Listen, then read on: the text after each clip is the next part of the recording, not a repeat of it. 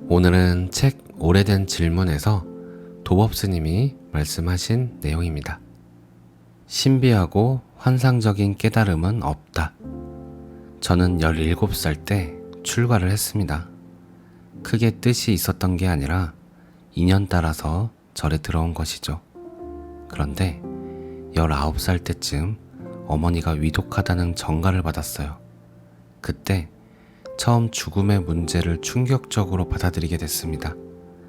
아, 사람이란 반드시 죽게 되어 있는 거구나 하면서 인생에 대한 허무감이 강렬하게 밀려왔습니다.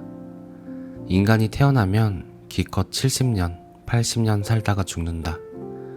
어차피 죽는데 이 허무한 인생을 살아야 할 이유가 뭘까? 세상 사람들은 거의 아기 다툼의 삶을 살잖아요. 이렇게 허무한 인생을 아등바등 살아야 하는 이유가 뭘까? 이런 물음이 제 안에서 사무치게 차올랐습니다.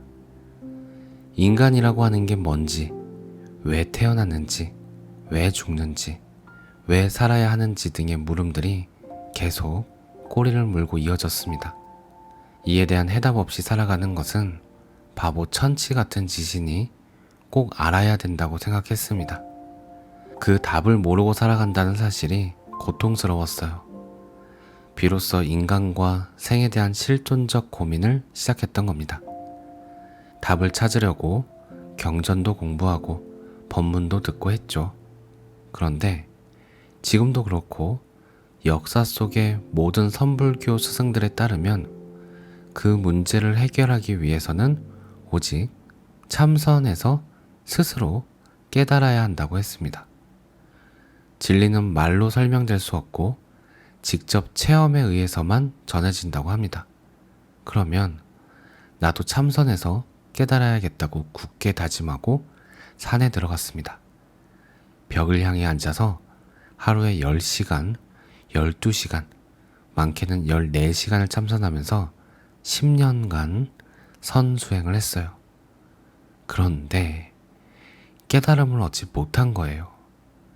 10년 동안 몸부림을 쳤는데도 끝내 깨닫지 못했어요. 참선 수행을 통해서 의문을 풀고자 했던 건데 그게 잘 안 되니까 그 외의 것은 별 의미가 없었어요. 그래서 수행을 멈추고 산에서 내려왔습니다. 크게 좌절했지만 어떻게든 해답을 구하고 싶던 차에 부처님이 떠올랐습니다. 불교에서는 제가 고민했던 그 물음에 대한 답을 찾은 최고의 대가가 부처님이잖아요.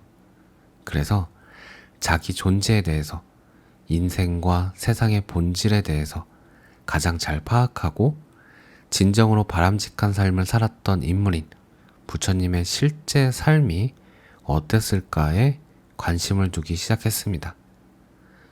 스스로 깨달음을 얻어서 해결하는 방식이 아니라 부처님의 삶에서 뭔가를 배우고 익히려 했던 셈이죠.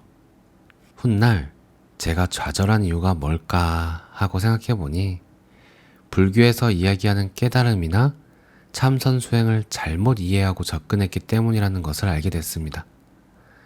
선방 안에 틀어박혀서 좌선하고 용맹정진하고 오랜 시간 도를 닦으면 뭔가 심오한 깨달음을 얻게 된다고 믿었는데 막상 해보니까 그런 깨달음은 없다는 생각이 들었습니다.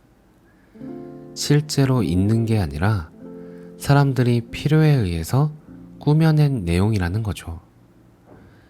깨달음에 자꾸 신비한 의미를 부여해서 아주 특별하고 대단한 무엇인 것처럼 여기도록 만들었던 거예요.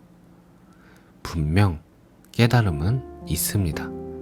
하지만 환상적이고 신비하고 심오한 깨달음 같은 건 없습니다.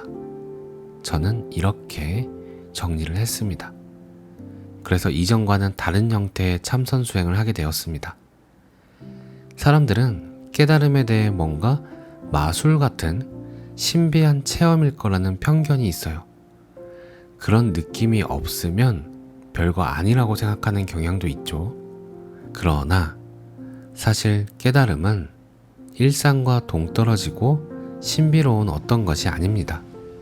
몰랐던 걸 알았다, 잃었던 걸 찾았다, 가려졌던 것이 벗겨졌다, 어두웠던 것이 밝아졌다 등의 의미로 해석되어야 합니다. 번개불이 번쩍하는 순간 방 안을 직접 본 상태와 유사하죠. 나의 참모습, 이 세상의 참모습을 제대로 파악하고 이해하고 확신하는 경험적 지혜가 바로 깨달음입니다. 그리고 그 깨달음에 맞게 내 삶을 만들어가는 실천이 더욱 중요합니다. 오늘 내용은 여기까지입니다. 깨달음은 마술 같은 것이 아니다. 무언가 엄청난 것이 아니다. 그것이 맞는지 틀린지 우리는 어떻게 할까요? 감사합니다. 사랑합니다.